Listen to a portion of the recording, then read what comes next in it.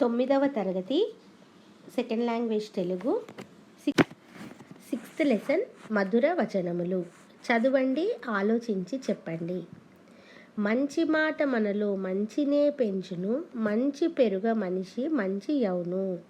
చెట్టు కెరువు వేయ చెరుపక బలమిచ్చు, మంచి ఎరువు గూర్చు మంచి ఫలము. अच्छी अच्छी बातें बोलने से और सुनने से हमें अच्छाई बढ़ती है. अच्छाई बढ़ने से हम मनुष्य और अच्छे बनते हैं. जैसे पेड़ को खाद डालने से वह पेड़ को ताकत देता है. अगर हम वो खाद अच्छा खाद डालते हैं तो अच्छे फल भी हमें वह पेड़ देता है. तो यह थी इस पद्य का अर्थ. नाउ ప్రశ్నలకు జవాబులు చెప్పండి. నీచే దియే గయే ప్రశ్నों के जवाब बोलिए. మంచి ఎరువు దేనిని కూరుస్తుంది? अच्छा खाद क्या करती है? अच्छा खाद क्या करती है? अच्छा खाद डालने से अच्छे फल मिलते हैं. మంచి ఎరువు మంచి ఫలమును కూరుస్తుంది. మన మంచివారం కావాలంటే పై పద్యం ప్రకారం ఏం చేయాలి? अगर हम अच्छे आदमी बनना चाहते हैं तो हमें क्या करना चाहिए? अगर हम अच्छे आदमी बनना चाहते हैं तो हम अच्छी अच्छी बातें सीखना चाहिए, सुनना चाहिए और अच्छाई को बढ़ाना चाहिए. మనం మంచివారం కావాలంటే మనం మంచి మాటలను వినాలి, మనలో మంచిని పెంచుకోవాలి. మనిషి ఎప్పుడు మంచివాడవుతాడు? Third question. मनुष्य कब अच्छा बनता है? तो कब बनता है? जब अच्छी अच्छी बातें करते हैं या अच्छी अच्छी बातें सुनते हैं, हमें अच्छाई को बढ़ाते हैं. अच्छी बातें सुनना ही नहीं, बोलना ही नहीं, लेकिन उसे हम जब वह बातें जो हमने बोली है उसे आचरण में लगाते हैं तो हम अच्छे आदमी बनते हैं. మనిషి ఎప్పుడు మంచివాడవుతాడు? మంచిని మాట్లాడినప్పుడు, మంచిని విన్నప్పుడు, విన్న మాటలను చెప్పిన మాటలను మనము ఆచరించినప్పుడు, మంచిని ఆచరించినప్పుడు మనం మంచివారము అవుతాము. ఎంతోమంది కవులు మనుషుల జీవనాన్ని లోతుగా పరిశీలించారు. స్వంత అనుభవం మేరకు సత్యాలను గుర్తించారు. అలా పరిశీలించి గుర్తించిన అనేక విషయాలను వారి గ్రంథాల్లో మన కొరకు రాశారు. అవన్నీ నీతి పద్యాలు. మనలను మంచిగా మలిచే అటువంటి ఉత్తమ పద్యాలను అందించడమే ఈ పాఠం యొక్క ఉద్దేశము. तो ये पाठ का मुख्य उद्देश्य क्या है? अच्छी अच्छी बातें हम लोग सीखना जो हमारे मानव जीवन के लिए लाभदायक है, प्रयोजनकारी है. इन सब बातों को हमारे जीवन में आचरण करने से हम अच्छे मनुष्य बनते हैं. तद्वारा अच्छे समाज का निर्माण भी कर सकते हैं. పాఠ్య భాగ వివరాలు. ఈ పాఠం పద్య ప్రక్రియకు చెందింది. కొన్ని నియమాలు, సూత్రాలకు లోబడి రాసేది పద్యం. ఈ పాఠంలో కవిత్రయం నన్నయ్య, తిక్కన, ఎర్రన్న రాసిన ఆంధ్ర మహాభారతంలోని కొన్ని పద్యాలు, శ్రీనాథ మహాకవి రాసిన హరవిలాసంలోని పద్యం, కొరవి గోపరాజు రాసిన సింహాసన ద్వాత్రింశికలోని పద్యం, చరికొండ ధర్మన రాసిన చిత్రభారతంలోని పద్యం, మొత్తం 6 పద్యాలు ఉన్నాయి. तो इस पाठ में जो भी दिया गया है जो पद्यम के रूप में है, पद्य प्रक्रिया के रूप में है, तो इनमें बहुत सारे पद्य आंध्र महाभारतम से लिया गया है. तो इसे कौन लिखा है? नन्नया, तिक्कना और एर्रना. इन तीनों को मिला के कवित्रयम कहते हैं. ये तीनों मिलके आंध्र महाभारतम में పద్యాలు పూరే పద్యాలు 18 పర్వాలను రాశారనమాట. देन श्रीनाथ महाकवि ने हरविलासम नामक एक ग्रंथ लिखा, उसमें से एक पद्य लिया गया है. उसी तरह कोरवी गोपराजू ने सिंहासन द्वात्रिशिंशिका नामक एक पुस्तक लिखा है, ग्रंथ लिखा है, उसमें से एक पद्यम लिया गया है. उसी प्रकार चरिकोंड धर्मना ने से लिखित चित्र भारत में से भी एक पद्यम लिया गया है. पूरे इसमें 6 पद्य है. कवि परिचयालु. తెలుగులో మహాభారతాన్ని రాసిన వారిని కవిత్రయం అంటారు. కవిత్రయం అంటే నన్నయ్య, తిక్కన, ఎర్రన్న. तो तेलुगु में महाभारत को जिन्होंने भी लिखा उनको कवित्रय बोल के बुलाते हैं. कवित्रय मतलब 3 कवि रहते, उसमें 3 कवि रहते हैं. वो लोग कौन है? नन्नయ్య, తిక్కన और ఎర్రన్న. अभी नन्नయ్య के बारे में जानेंगे. ఈయన రాజరాజ నరేంద్రుని ఆస్థాన కవి. ఆంధ్ర మహాభారతంలోని మొదటి 2.5 పర్వాలు రాశాడు. ఆంధ్ర శబ్ద చింతామణి అనేది ఈయన మరొక రచన. तो पहले चित्र में जो दिया गया है 11वीं शताब्दी का 12 शताब्दी का है ये नन्नయ్య. तो यह राजराज नरेंद्र के आस्थान के कवि थे. उन्होंने आंध्र महाभारत के पहले 2.5 पर्वालू उन्होंने लिखे. पूरे 18 पर्वास है, उसमें से पहले 2.5 पर्वालू नन्नయ్య ने लिखे. और इसके साथ साथ इन्होंने आंध्र शब्द चिंतामणि नामक और एक पुस्तक भी लिखा. उसके बाद में 13वीं शताब्दम तिक्कना कौन से 13 శతాబ్ది కథ.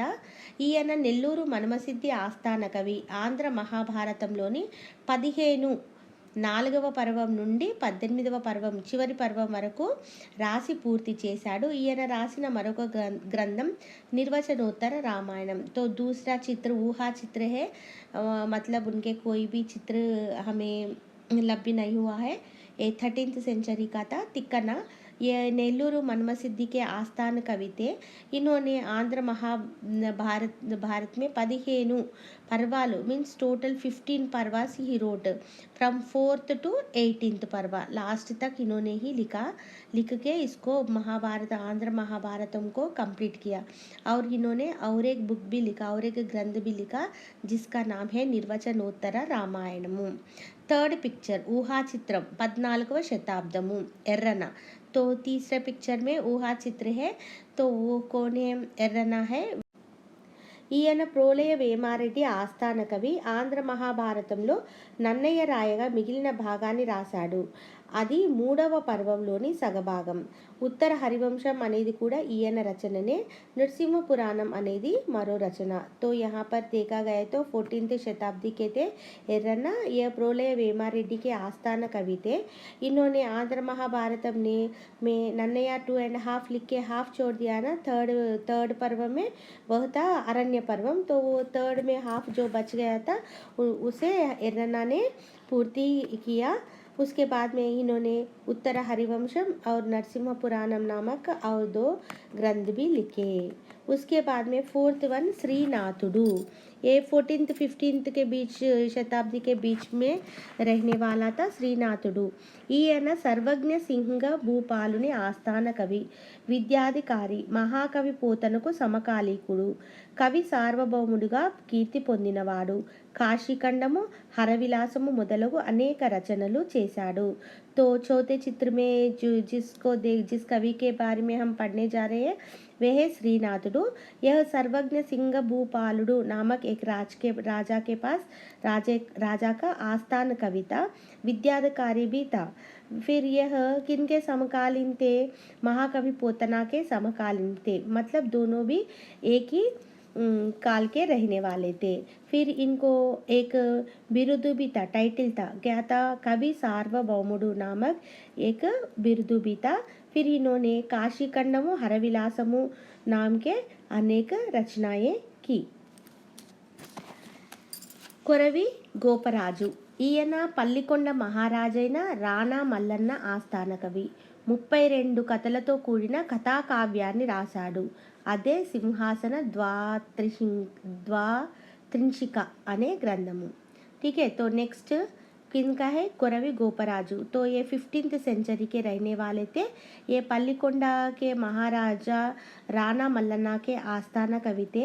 इन्होंने 32 मतलब 32 स्टोरीज को मिलाते हुए एक कथा काव्य को लिखा. उसी का नाम है सिंहासन द्वात्रिंशिका. नेक्स्ट చరికొండ ధర్మన. ఈయన ఓరుగల్లుకు ప్రధానమంత్రిగా పనిచేసిన ఎనుములపల్లి పెద్దనామాత్యుణ్ణి ఆశ్రయించాడు. చిత్రభారతం ఈయన ప్రముఖ రచన. तो अगर ये देखा जाए तो चारिकोंड धर्मना कौन से शताब्दी के थे? 15वीं शताब्दी के थे। इन्होंने ये कहाँ पर काम करते थे? ओरुगल्लु को प्राइम मिनिस्टर, ओरुगल्लु का प्राइम मिनिस्टर जैसा काम करने वाले एनुमलपल्ली पेद्दनामात्युनि के पास काम करते थे और इन्होंने चित्रभारतम नामक एक ग्रंथ का रचना की. ఫస్ట్ పద్యము. తనయుండు తల్లిదండ్రులు పనిచిన పని సేయడేని పలుకెడల్ జేకొనడేని వాడు తనయుండనవడునే पितृधनमुन करहुंडगुने नन्नया. तो ये पहला पोयम जो है किससे लिखा, किन्होंने लिखा है? नन्नया से लिखित पोयम है. तो इसका अर्थ जानेंगे. तनयुंडु मतलब बेटा, तल्लिदंड्रुलु पेरेंट्स, पनिचिन पनी सेयडेनी जो काम बोले वो काम जो नहीं करता, पल्लुकेडल जे कोनडेनी जो बात पेरेंट्स बोलते हैं वो नहीं सुनता, वाडू तनयुंडनबडने वैसा बेटा बेटा कहलाता है क्या? पितृधनमुन करहुंडगुने. पितृधनमु मतलब जो धन पिताजी कमा कर रखते हैं. अरहुंडगुने मतलब क्या तुम उसे लेने के लायक हो. तो ये किसने लिखा? नन्नया. इस पद्य में यह कहा गया है कि जो पुत्र माता और पिता के बात नहीं मानते, जो पुत्र माता और पिता जो काम बोलते हैं वो काम नहीं करते, वैसे पुत्र पुत्र कहलाने के लायक नहीं है. और जो धन पिता कमा कर रखते हैं उसे लेने के लायक भी नहीं है. तो इस पद्य में एक अच्छे बेटा कैसा नहीं रहना चाहिए उसे बताया गया है. Second poem. ఒరు లేమేమి యొనర్చిన నరవర యప్రియము తన మనంబున కగుదా నొరులకు నవి సేయకునికి పరాయణము పరమధర్మ పదములకెల్లన్. ఇతరులు ఏ పనులు చేస్తే తన మనసుకు ఇష్టంగా కాకుండా కష్టంగా ఉంటుందో తాను ఇతరుల పట్ల ఆయా పనులు చేయకుండా ఉండాలి. అలా వారిని కష్టపెట్టకుండా ఉండడమే సరైన धर्ममु. ओरुलु मतलब दूसरे लोग. येमेमी जो काम योनर्चिना करते हैं. नरवरा यप्रियमु, यप्रिय मीन्स मन को पसंद नहीं है. मन मनंबुन कगुदा जो बातें अपने मन को पसंद नहीं होते. नोरुలకు नवी सेयकुनिकी दूसरे लोगों को वह काम आप सेयकुनिकी नहीं करना. परायणमु परम धर्म पदमुलकेल्लन. यही अच्छा मार्ग है. క్షమయు నహింసయు సత్యము సమతయు నింద్రియ జయంబు. శమము పరిత్యాగమును తపో లక్షణములు. గ్రమమున నన్నియును నూర్ధ్వగతి కారణముల్. క్షమయు सबको क्षमा करना. नहिंसयु अहिंसा मार्ग में नहीं चलना. सत्यमु कभी भी सच ही बोलना. समतयु सब लोगों को एक समान देखना. निंद्रिय जयमु शममु. निंद्रिय जयमु इंद्रियमु इंद्रियालु मीन्स काममु क्रोधमु लोभमु मोहमु मदमु मात्सर्यमु ये सब इंद्रियालु है. तो इसके ऊपर जयम्बु मीन्स इन सब को अपने कंट्रोल में अपने बस में रखना.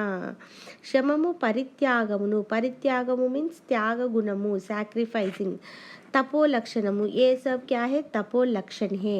ये सब को आचरण करने से क्रममुना ग्रममुना मीन्स ग्रेजुअली. नन्नियुनु ये सब नूर्ध्वगति कारणमुल. ये सब का आचरण करने से ये हमें एक अच्छे मार्ग में ऊपर की तरफ लेके जाते हैं. तो ये सब अच्छे गुण हैं. Next poem. అంధకారి అరుంధతి నాదరించే గౌరవంబున భేదంబు కలుగకుండా. బెద్దవారికి స్త్రీ పుం విభేదమేలా మాననీయంబు పుణ్యకర్మంబు గాక. तो इस पोयम के राइटर कौन है? कवि श्रीनाथुडु है. तो इस पोयम में क्या कहा गया है? इस पोयम में यह बतलाया गया है कि कभी भी बालक और बालिकाओं के बीच में अंतर नहीं दिखाना चाहिए।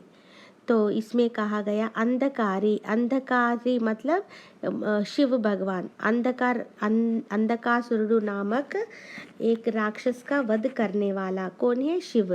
अरुंधति आदरिंचे, अरुंधति एक स्त्री है, एक मुनि की पत्नी है। आदरिंचे मतलब उसका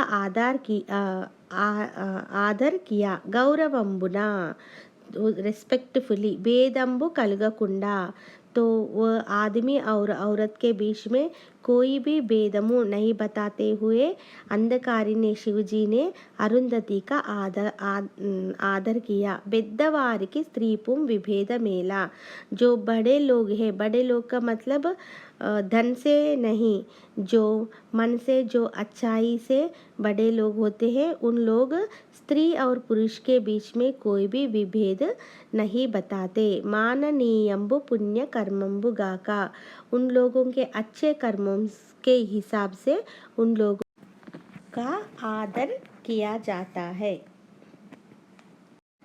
नेक्स्ट पोएम।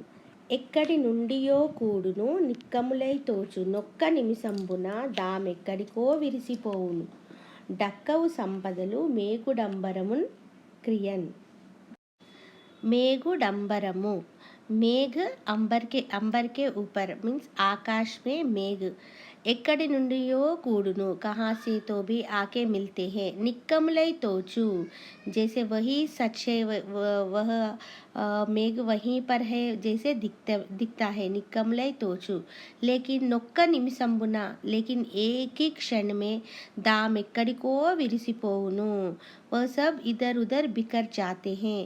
क्रियन, उसी प्रकार, डक्कव संपदलु, उसी प्रकार संपदा भी, धन भी ऐसे लगता है कि बहुत सारा पैसे जमा है, लेकिन कब वो खर्च हो जाता हमें मालूम ही नहीं पड़ता। अब तो इसमें कवि कहते हैं कि जब हमारे पास धन रहता है तो उसे आप बचा के रखो, क्योंकि कब खर्च हो जाता किसी को पता ही नहीं चलता। और एक इसमें नीति यह भी कह सकते हैं कि जब धन, बहुत सारा धन रहते हैं तो उसका घमंड कभी भी नहीं करना चाहिए, क्योंकि धन अब है कल नहीं। శరణాగతుండగు వానిన్ గరుణం ధనువైన నిచ్చి కావంగదగు, భూవరునకు భక్షికినై తన శరీర మాంసంబు శిబి యొసంగడే గరుణన్। चरिगोंडा धर्मना, तो इसके कवि कौन है? चरिगोंडा धर्मना। शरणागतुंडगु वानिन, शरण बोल के जो हमारे पास आते हैं। गरुणम, गरुणम करुणा से, उनके ऊपर दया दिखाते हुए। तनुवैना, तनुवैना, तनुवु मतलब अपना शरीर को देके भी, इच्छी मीन्स देके, कावंग दगु, उन लोगों की रक्षा करना चाहिए। भूवरुणकु, भूवरुणु मीन्स भू के, इस भूमि के राजा, तो राजा। पक्षी की नहीं, पक्षी के मतलब एक पक्षी के लिए, तन शरीर मांसंबु, अपने शरीर का मांस। शिबी, शिबी चक्रवर्ती, शिबी राजा, एक राजा का नाम शिबी है। युसंगडे नहीं दिए क्या, करुणन करुणा से। तो इस कविता का, इस पद्य का अर्थ यह है कि जो भी हम लोगों के पास शरण कहकर आते हैं, तो उन लोगों के लिए अगर कुछ नहीं हुआ तो अपना शरीर भी दान देकर उन लोगों की रक्षा करना चाहिए। यहाँ पर शिबी चक्रवर्ती का उदाहरण दिया गया है। शिबी चक्रवर्ती एक पक्षी को, एक कबूतर को बचाने के लिए अपना शरीर में से मांस काट कर दिया। अगर आपको मेरा यह विवरण पसंद आए तो लाइक करो, शेयर करो और सब्सक्राइब करो।